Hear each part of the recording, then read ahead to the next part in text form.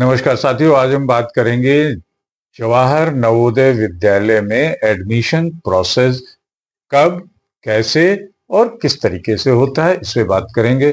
तो साथियों, जेएनवी जवाहर नवोदय विद्यालय भारत सरकार द्वारा संचालित एक निशुल्क रेजिडेंशियल स्कूल है, जहां ग्रामीण क्षेत्र के प्रतिभाशाली टैलेंटेड बच्चों को क्वालिटी एजुकेशन देने की बात होती है।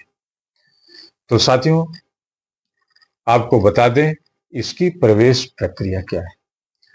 तो नवोदय विद्यालय में किन किन कक्षाओं में प्रवेश मिलता है।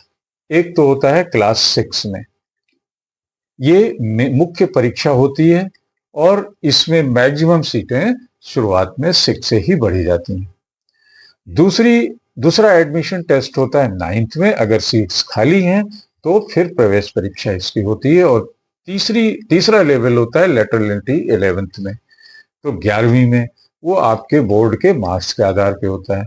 तो आइए सबसे पहले जानते हैं बेसिक जो इसका एंट्रेंस टेस्ट है कक्षा 6 में प्रवेश प्रक्रिया वो क्या है। तो ये हर साल अक्टूबर और नवंबर में ऑनलाइन फॉर्म मांगे जाते हैं, भरवाए जाते हैं, और अक्टूबर नवंबर में ऑनलाइन फॉर्म भरने के बाद इसका जो एग्जाम होता है वो फरवरी या मार्च में होता है।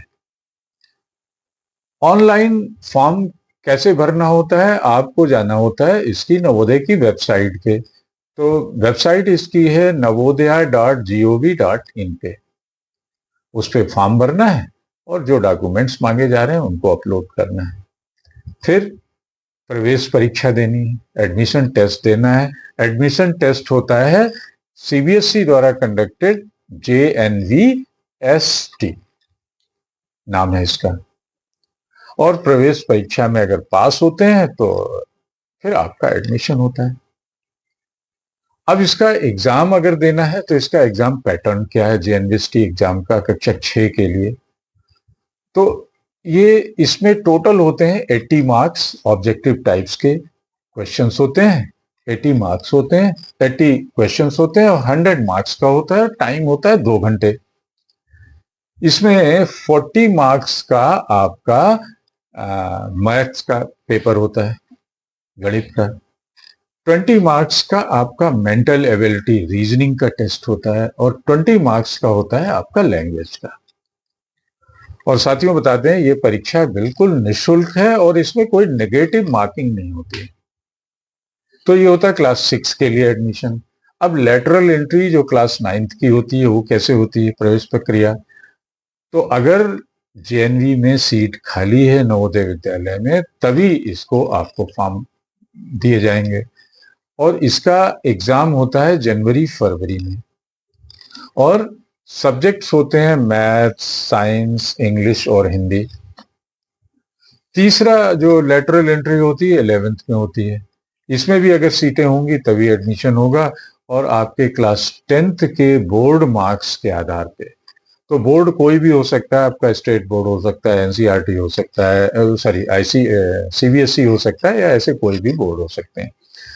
और इसकी आवेदन प्रक्रिया मई जून में होती है। अब पात्रता क्या है, एलिजिबिलिटी क्या है इसमें एडमिशन के लिए। तो पहला तो है कि वो भारतीय नागरिक हो। अगर क्लास 6 में उसका एडमिशन होने वाला है, लेना चाह रहा है, तो उसको 3rd, 4th और 5th लगातार कहीं पे भी उसका बैक न लगी हो। 3rd, 4th और 5th क्लास लगातार किसी भी मान्यता प्राप्त स्कूल से पढ़ा हो, उसी डिस्ट्रिक्ट का निवासी हो जिसमें वो रह रहा हो, उसी नवोदय में, उसी शहर के नवोदय में उसका एडमिशन होगा। और उसकी जो एज लिमिट होगी 9 से 13 साल, ये बिना किसी एज रिलैक्सेशन के। जो एलिजिबिलिटी है उसमें एज रिलैक्सेशन हो सकती है। ये था 6 के लिए। और 9th और 11th के लिए किसी भी बोर्ड से उसको 8th और 10th पास होना चाहिए। डॉक्यूमेंट्स इसमें क्या क्या रिक्वायर्ड होते हैं। एक तो आपका जन्म प्रमाण पत्र, बर्थ सर्टिफिकेट, पिछले उसकी मार्कशीट क्लास की, आपका निवास प्रमाण पत्र, आपका जाति प्रमाण पत्र, आपकी फोटो और आधार कार्ड। तो ये थे एडमिशंस साथियों, ये भी बता दें कि नवोदय विद्यालय में एडमिशन लेने के क्या लाभ होते हैं। पहला तो ये है कि ये पूर्णतया निःशुल्क है, फ्री है।